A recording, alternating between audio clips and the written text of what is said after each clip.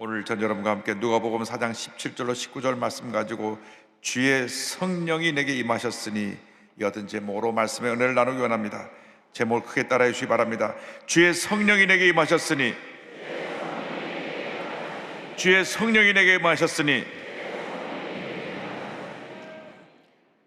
이 세상에 완전한 사람은 없습니다. 누구나 자신의 연약함과 한계에 부딪힙니다. 때때로 아프기도 하고 때때로 큰 어려움에 빠져서 낙심하기도 합니다. 사람이 강한 것 같아도 말 한마디 듣고 마음이 무너지고 분노하고 하는 것이 우리들의 현실입니다. 어떻게 이 인간의 연약함과 한계를 벗어날 수 있겠습니까? 사람들은 몸에 좋은 약이라고 하면 다 먹습니다. 그래서 건강해지려 하고 오래 살기를 원합니다. 그러나 110년 살겠다고 목표를 세웠어도 110년 사는 사람은 많지 않습니다. 언젠가 하나님이 부르시면 우리는 가야 되는 것입니다. 그렇다면 우리에게 주어진 이 제한된 시간에 어떻게 우리가 행복한 삶, 승리하는 삶, 의미있고 보람된 삶을 살아갈 수가 있겠습니까?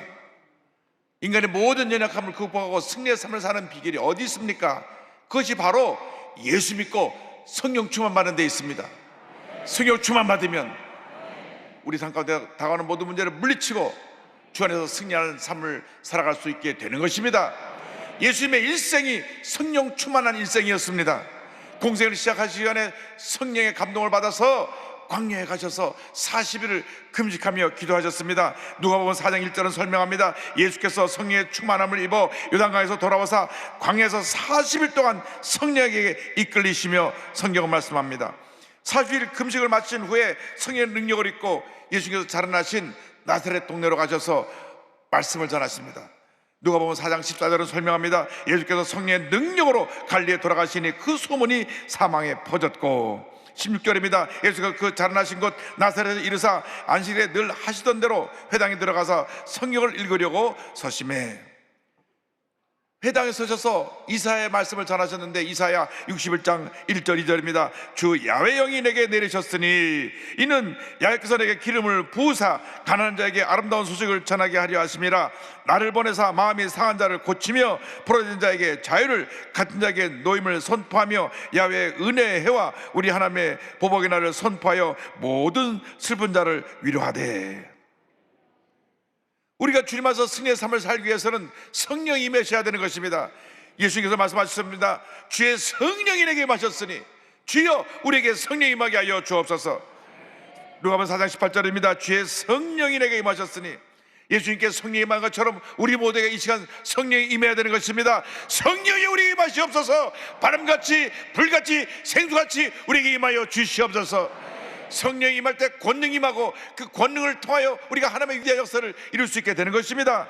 사도행 1장 8절은 말씀합니다. 오직 성령이 너에게 임하시면 너희가 권능을 받고 예루살렘과 온 유대와 사마리아와 땅 끝까지 이르러 내 증인이 되리라 하시니라.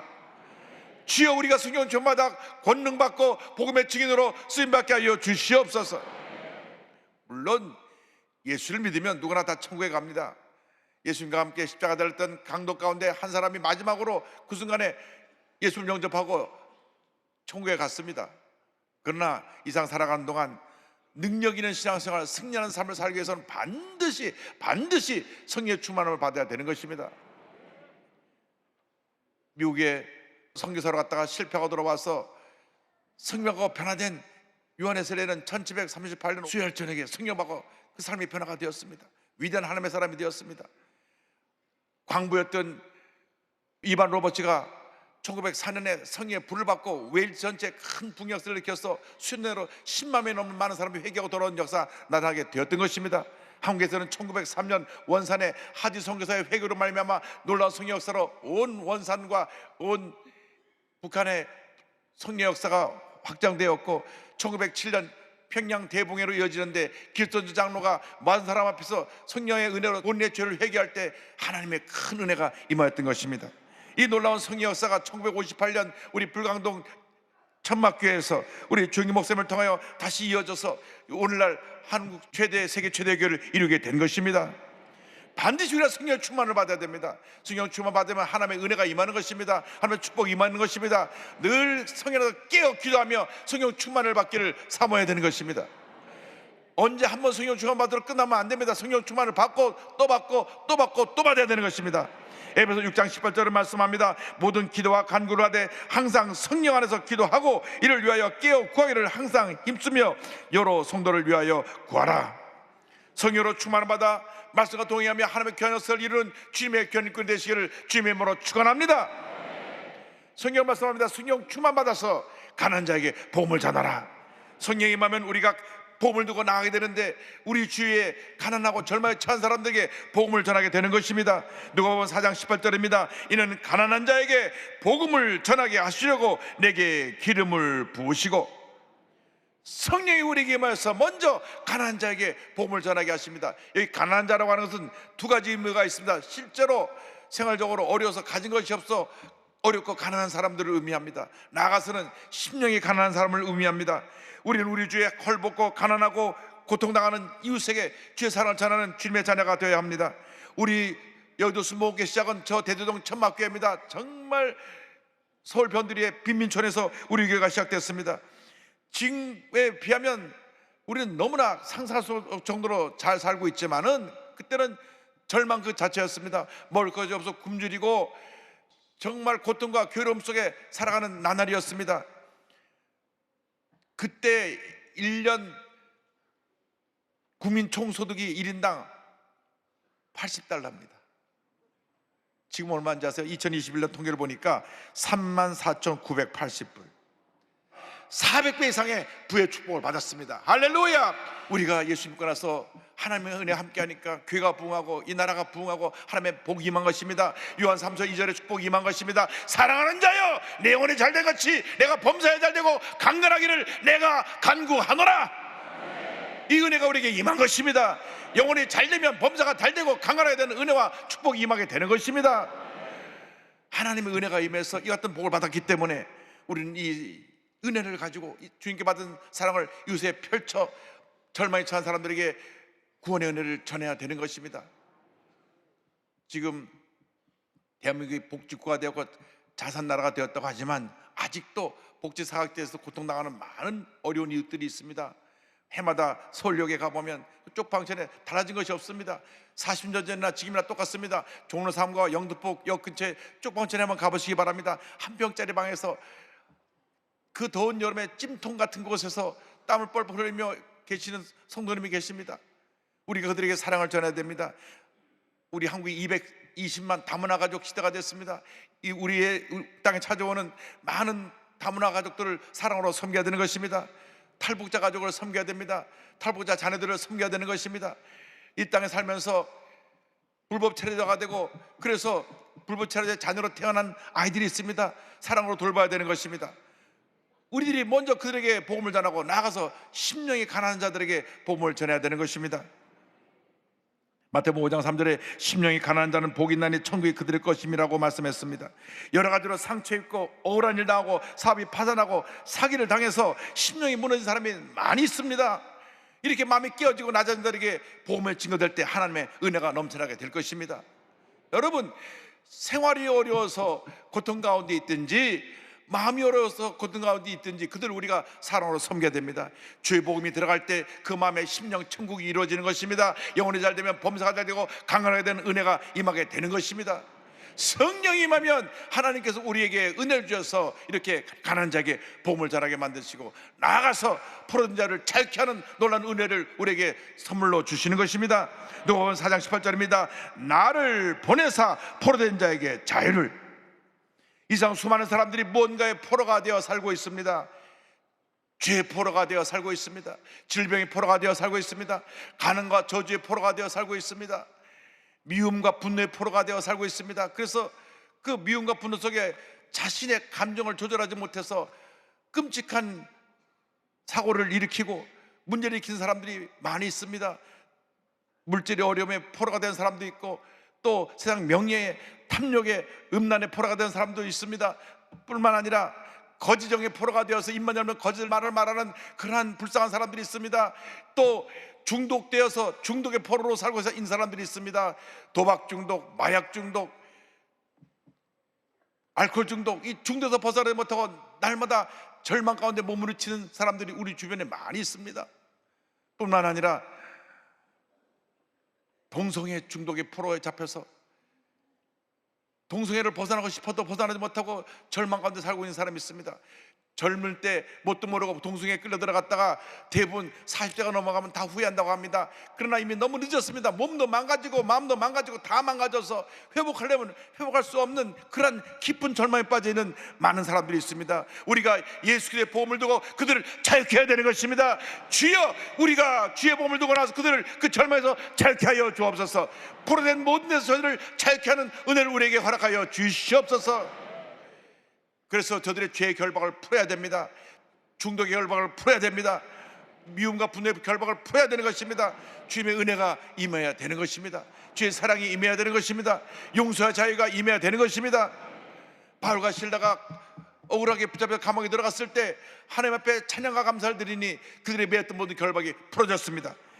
사도행전 16장 25절 26절입니다. 한밤중에 바울과 실라가 기도하고 하나님을 찬송하며 죄수들이 듣더라. 이에 갑자기 큰 지진이 나서 옥토가 움직이고 문이 곧다 열리며 모든 사람이 매인 것이 다 벗어진지라.